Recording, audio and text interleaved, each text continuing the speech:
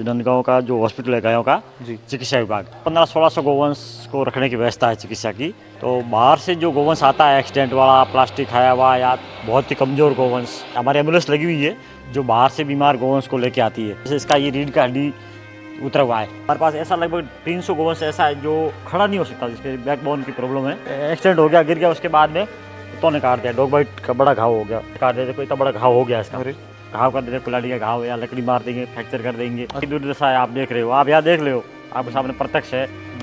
लोग तेजाब डाल देते हैं। एक्सीडेंट था और एक्सीडेंट भी इस टाइप का था कि भी प्लास्टर से ठीक होने की संभावना नहीं थी। ऑपरेशन करके कैंसर निकाल दिया है। 500 कर्मचारी काम करते हैं यहाँ पर और 100-150 परिवार रहते हैं यहाँ अंदर। ये गौमाता आई बाहर से, देखो एम्बुलेंस में आई है।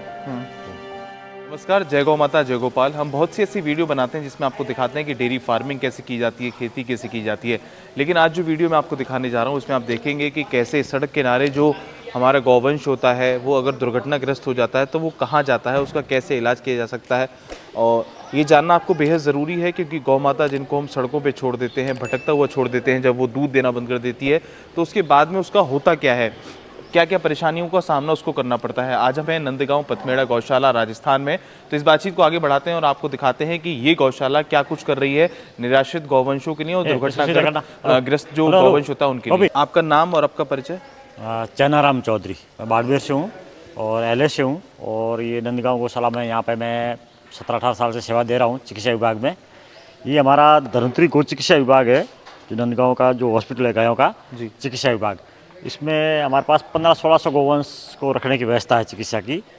तो उसमें ये जो वार्ड है आप देख रहे हैं, ये सब अति संवेदनशील वार्ड है, मतलब जिसको अपना आईसीयू वार्ड बोल सकते हैं जी। तो बाहर से जो गोवंश आता है एक्सीडेंट वाला, प्लास्टिक खाया हुआ या बहुत ही कमज़ोर गोवंश जी, तो वो इसकी तो ये इसमें हमारे पास हमारी एम्बुलेंस लगी हुई है जो बाहर से बीमार गोवंश को लेके आती है। नज़दीक का होता है 100 किलोमीटर तक का तो हमारी एम्बुलेंस जाती है और उससे ज़्यादा दूर का होता है तो वहाँ जो गोभक्त होते हैं वो भेज देते हैं। तो इसमें ज़्यादातर एक्सीडेंट वाली गायें आती है, जो कुछ ऐसी आती है जिनका रीढ़ का हड्डी चला गया, जैसे इसका ये रीढ़ का हड्डी उतरा हुआ है तो ये खड़ा नहीं हो पाता। तो वो हमारे पास ऐसा लगभग 300 गोवंश ऐसा है जो स्वस्थ स्थायी रूप से बैठा हुआ स्वस्थ गोवंश जो खड़ा नहीं हो सकता, जिसके बैकबोन की प्रॉब्लम है। चारा पानी देते हैं उसको, जगह चेंज कराते हैं, सुबह शाम पलटी, दिन में 4 बार, हर 3 घंटे में उसको जगह चेंज कराते हैं। ऐसा हमारे पास 2 वार्ड जो पास के हैं वो स्थायी रूप से बैठे हुए स्वस्थ गोवंश के हैं जो खड़े नहीं हो पाते, विकलांग अपन वो कह सकते हैं, वो एक रूप से एक तरीके से विकलांग हो जाते हैं, ऐसा गोवंश है। बाकी इसमें आती कुछ एक्सीडेंट वाली, कैंसर भी होता है। अगर दिखाएं, अगर जैसे कोई कैंसर वाला हो या किसी को ज़्यादा गंभीर चोट लगी वो वाला कोई वो है, वो गंभीर चोट वो प्लास्टर वाली है, उसके प्लास्टर किया हुआ है, वो खड़ी हो गई है। तो इसमें प्लास्टर वाला खूब सारे हैं। ये आप हाँ वो है जो डॉग बाइट है, जैसे एक्सीडेंट हो गया, गिर गया, उसके बाद में कुत्तों ने काट दिया, डॉग बाइट का बड़ा घाव हो गया, गिरने से एक्सीडेंट काटा है। हाँ, फ्रैक्चर हो गया, गिर के फ्रैक्चर हो गया। जैसे एक्सीडेंट हुआ, इसका एक्सीडेंट हो गया, फ्रैक्चर हो गया, फ्रैक्चर होने के बाद ये खड़ा नहीं हो पाया तो कुत्तों ने इसको काट दिया, कोई इतना बड़ा घाव हो गया इसका। तो हमने इसके प्लास्टर तो कर दिया है, ये बड़ा घाव है, धीरे धीरे ठीक होगा। ये क्या संभावना है उसकी ठीक होने की? ठीक हो जाएगा धीरे धीरे, क्योंकि चारा खा रहा है ना। अगर चारा नहीं खा रहा हो तो अपन कह सकते हैं कि भी सीरियस हो गया है, जा सकता है, लेकिन ये चारा खाने लग गया है तो ये तैयार हो जाएगा। लेकिन इस काम को करने के लिए भी हर कोई तैयार नहीं होता होगा। यहाँ पर जैसे कितने हमारे पास 17-18 लोग काम कर रहे हैं, 17-18 एलएसए हैं जी, जो चिकित्सा कर्मी 17-18 है जो एलएसए हैं, और 1-2 डॉक्टर भी हैं बड़े, जो उनकी सलाह पे हम लोग ये चिकित्सा करते हैं। वो हमारा ऑपरेशन थिएटर है जिसमें हम सभी प्रकार का ऑपरेशन होते हैं, प्लास्टिक के। चनाराम जी, क्या मानते हैं, क्या आजकल क्यों इतनी गौवंश का इतना दुर्घटना हो रही है? क्या लोगों ने अपने घर से बाहर निकाल देते हैं? जब तक दूध देती है तब तक रखते हैं, बाद में वो छोड़ देते हैं और मालिक नहीं बनते कि भाई अगर लेके आएंगे तो, जैसे कोई उनकी खुद की गाय लेके आएंगे तो भी ये बोलेंगे ये छोड़ी हुई थी, वहाँ पड़ी थी, हम लेके आ गए, वो मालिक नहीं बनते। अच्छा, छोड़ देते लोग, ये प्रॉब्लम है। और फिर जो गाय है कहीं भी खेतों में जाएगी तो किसान होते हैं वो भी रखवाली के हिसाब से वो भी इनके पीछे पड़ते हैं, इसको नुकसान पहुंचा देते हैं, घाव कर देते हैं, कुल्हाड़ी का घाव या लकड़ी मार देंगे, फ्रैक्चर कर देंगे। अच्छा, हाँ, उनको ये मालूम है स्वस्थ है, तब तक गौशाला भी नहीं रखती है कि स्वस्थ गायों को कौन रखे। ऐसा भी लोग करते हैं? हाँ, तो वो फिर क्या थोड़ा बहुत क्या जिसके लगी होगी या गिर जाएगी तो गौशाला वाले रख देंगे कि भाई बीमार गाय है।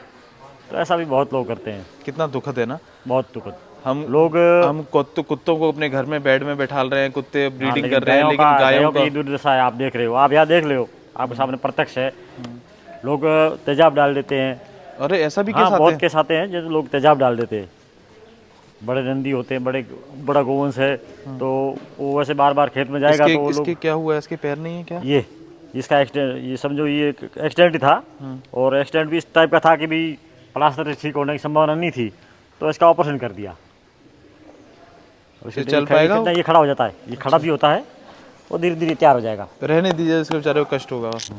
और और तो बाकी ये तो गाय आपकी में 365 दिन सर्विस रहती होगी बिल्कुल हमेशा? बिल्कुल आपको बिल्कुल कभी भी रात में बिल्कुल भी कोई 24 केस आ घंटे जाता हो? 24 घंटे भी, जो हमारे चिकित्सा की व्यवस्था 24 घंटे रहती है। तो रात को केस आते तो भी हम उसको हैंडल करते हैं, रात को आते हैं उसको भी देखते हैं केस को। वो जैसे आप कैंसर वाली पूछ रहे थे, ये कैंसर वाली है, वो सामने है, वो फ्रैक्चर है, तो वो खड़ी होगी, तैयार होगी, देखो खड़ी हो जाती। ये कैंसर वाली है, कैंसर वाली खूब गोवंश है हमारे पास। अभी ये गोमाता आई बाहर से, देखो एम्बुलेंस में आई है। मतलब घोर कलयुग आ रहा है, गायों को भी अब कैंसर होने लगा है। ये कैंसर था इस सिंग में, अच्छा। तो हमने ऑपरेशन करके कैंसर निकाल दिया है, ये तैयार हो जाएगी। गायों को कैंसर होने का क्या कारण है? कैसे हो जाता जैसे है? इस बड़ा सिंग है, इसको टक्कर लगी कहीं पे, या किसी ने लकड़ी घाव खुला मार दिया, छूट जाए। तो अंदर ट्यूमर, खून जम के ट्यूमर बन जाता है, धीरे धीरे वो कैंसर का रूप ले लेता है। ये जो बड़ी बड़ी सिंग वाले गाय होते हैं उसमें ये समस्या होती है कैंसर की। ये देख रहा हूँ, ये ऑटोमेटिक तरीके से गाय उसमें चढ़ रही है, वरना पहले लोग धक्का दे के चढ़ाते थे। ना, ये ऑटोमेटिक बनाई हुई है हमने, उसमें गाय ये नीचे जो उतारना होगा गाय को तो नीचे ले आएंगे, वो चैन पुली का सिस्टम है उसमें। लगभग कितने गौ सेवक यहाँ पर काम कर रहे हैं? सभी मिला के जो ऑफिस के कर्मचारी वगैरह सारे कार्यालय वगैरह का चिकित्सा कर्मी वगैरह मिला के लगभग 500 कर्मचारी काम करते हैं यहाँ पर। और 100-150 परिवार रहते हैं यहाँ अंदर। तो देश में और भी ऐसे अस्पताल हैं जो गायों की सेवा कर रहे हैं? मैं पथमेड़ा के 2-3-4 हॉस्पिटल पथमेड़ा के है ही यहाँ नज़दीक नज़दीक है, जैसे पथमेड़ा है, नंदगांव है, धानोल है। पथमेड़ा के अंदर लगभग कितनी गौशालाएं आती हैं? कितने गौवंश हैं कुल मिलाकर? ये पूरी डिटेल तो आपको कार्यालय से मिल सकती है जी। लेकिन यहाँ नज़दीक नज़दीक 72 तो मेरे को ध्यान में है, 72 तो जो यहाँ चालू शुरू के अंदर है 72। अच्छा, क्या संदेश देना चाहेंगे उन लोगों को जो ऐसे गौवंश को छोड़ देते हैं दूध निकालने के बाद में, या जो दूध नहीं देती गाय तो उसको छोड़ देते हैं? और यहाँ पर अगर हम देख रहे हैं तो हमारा तो एकदम अंतरात्मा दुखी हो रही है, तो उनको क्या संदेश देना चाहेंगे? अब उनको संदेश तो ये दिया कि भाई आप अगर सहयोग नहीं कर सकते तो कम से कम आप जो गाय रखते हो उसको तो मत छोड़ो। और उसको या आप नहीं पाल सकते तो उसको किसी को सुपुर्द तो करो गौशाला के लाके, ताकि वो स्वस्थ रूप से आए, तो उसकी सेवा ढंग से हो। आप बिल्कुल छोड़ते हो, फिर एक्सीडेंट होता है उसका, बीमार होके आती है, तो यहाँ पे उस पर डबल खर्चा लगता है। तो आपके पास व्यवस्था है रखने की, घर पे तब तक रखें। आप उसकी सेवा नहीं कर पा रहे हैं तो उसको सुव्यवस्थित जगह पे किसी गौशाला में दे के आएँ, तो गायों की दुर्दशा नहीं होगी। प्लास्टिक खा के बाहर रहेगी तो बहुत कष्ट भोगती बेचारी। जी। तो उसको समय पर किसी गौशाला में ले जाके दे दें तो इतनी परेशानी तो नहीं हो। जी, धन्यवाद। चनाराम जी हमारे साथ थे पथमेड़ा नंदगांव से, जिन्होंने बताया कि कैसे जो निराश्रित गौवंश होता है या जो दुर्घटनाग्रस्त हो जाता है उसके सामने कितनी पीड़ा होती है। ये लोग निस्वार्थ भाव से यहाँ सेवा कर रहे हैं। और आपसे हम ये भी निवेदन करेंगे कि अगर आपको भी कहीं ऐसी गाय दिखती है तो सड़क किनारे कोशिश करिए, रुकिए, उसको देखिए, उसका हाल जानिए, और जो भी ज़रूरी ट्रीटमेंट है वो उसको दिलवाने का प्रयास करें। जय गौ माता, जय गोपाल।